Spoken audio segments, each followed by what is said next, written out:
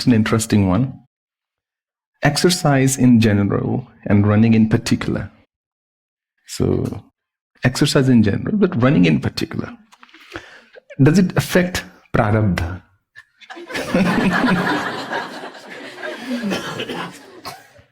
Does works out karma as well? So it's a question by Abhijit. Beautiful question. So,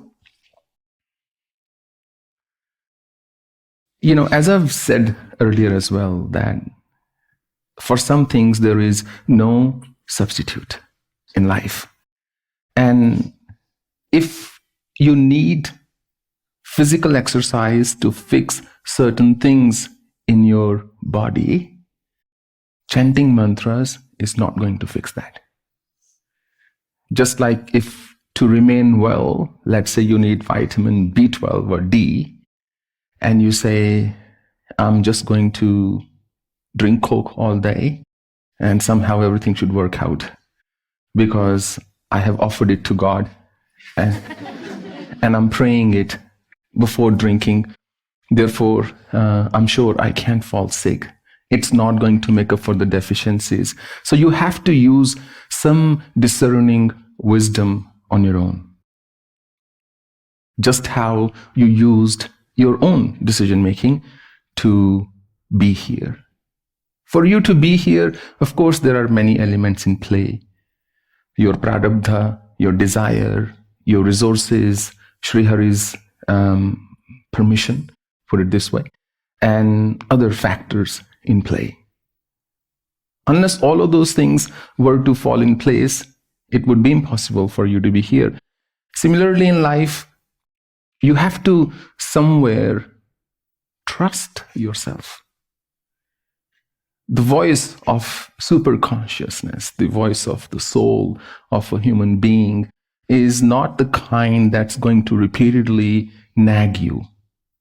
That's the job of your mind.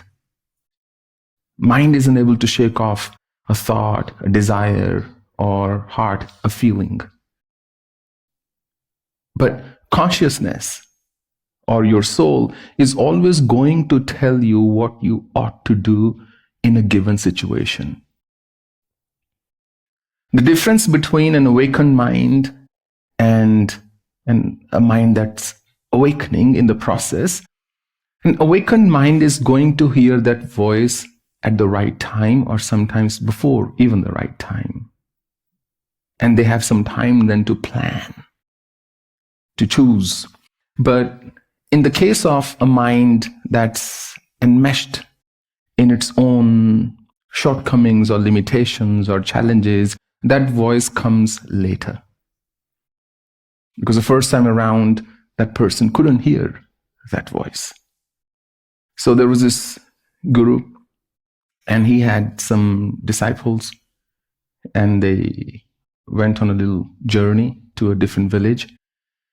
Now, the guru did not really trust his disciples much, which is not uncommon. And bless you. Now, the guru didn't trust his disciples much, and the disciples really trusted their guru. And they said, Guruji ne ye bola hai, yahi karna hai. If my master has said this, that's all I'm going to do. I'm not going to do anything else. Now, the guru gave them instructions. Look, we are going to a very reputable person. On the way, when you go there, don't just pick things that come to your mind, okay? So don't touch things unnecessarily. Be quiet, stay there. They will offer you prasadam, you eat that, but don't just lift things here and there, and don't make a ruckus. Okay, so they all sat on the bullock cart, and the cart's moving, and on the way the guru fell asleep. It happens in the company of trustworthy disciples. The guru is able to fall asleep. So the guru fell asleep, and his turban fell off his head, and it just landed in dust. Now the disciples are talking amongst themselves, Guruji ki pagdi jo hai gir gayi hai. We need to do something. But they said, no. Guru said, you're not going to lift anything without my permission. Don't do anything without my permission. He's sleeping, let him sleep, let him rest. Guruji bahut kaam karte hain. We don't want to wake him up, let him rest. Some 20 minutes later, the Guru woke up and he saw that, oh, my turban's gone. And he was livid, was furious. He said, what's going on? What happened to my turban? And he said, Guruji, when we were going there, because the road was a little dodgy and was unpaved, unmetalled, pretty much like the ashram road. So the turban, fell off. And the Guru said, what an idiot. Why didn't you pick it up? He said, you said don't do anything without my permission. Pick when such things drop. Anything drops from this bullock cart, pick it up, he said. He said, okay. And some 10 minutes later, Guru's resting and the bull does the dung.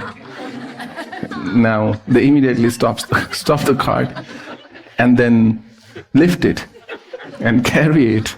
So the Guru wakes up some 10 minutes later, he smells this thing. He said, what's going on here? He said, Guruji. He said, what's this? He said, you said, pick everything that falls from this bull cart, and this is the only thing that fell off the bull dung or cow dung. So that's what we have. Guru said, look, you guys, I don't know how to deal with you.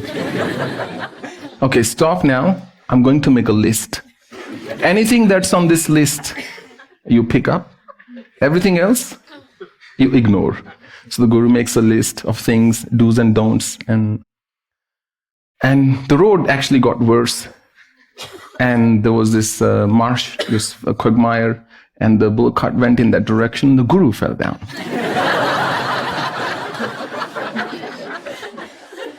Now what to do?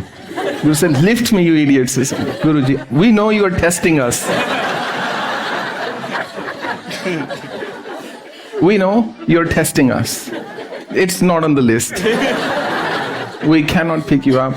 It's not on the list. We know this is some clever test trick of yours.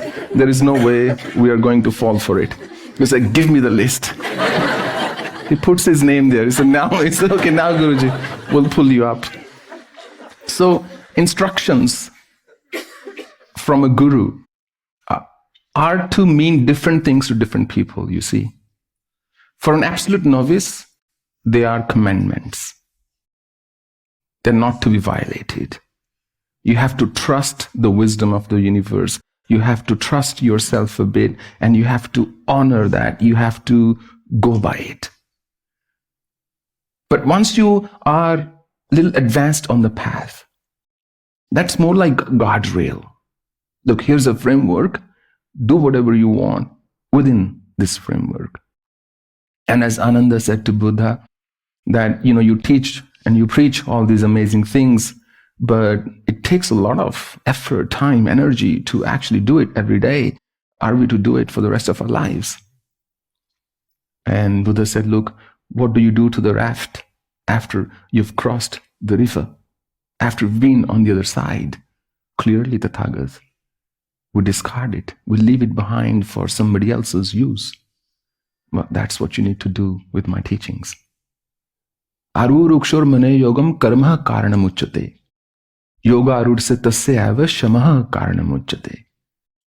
Until you are fully yoga rud, which means the vehicle of yoga, the union with that supreme consciousness, until that happens, O Arjuna, it's important to engage in constructive, productive, diligent karma.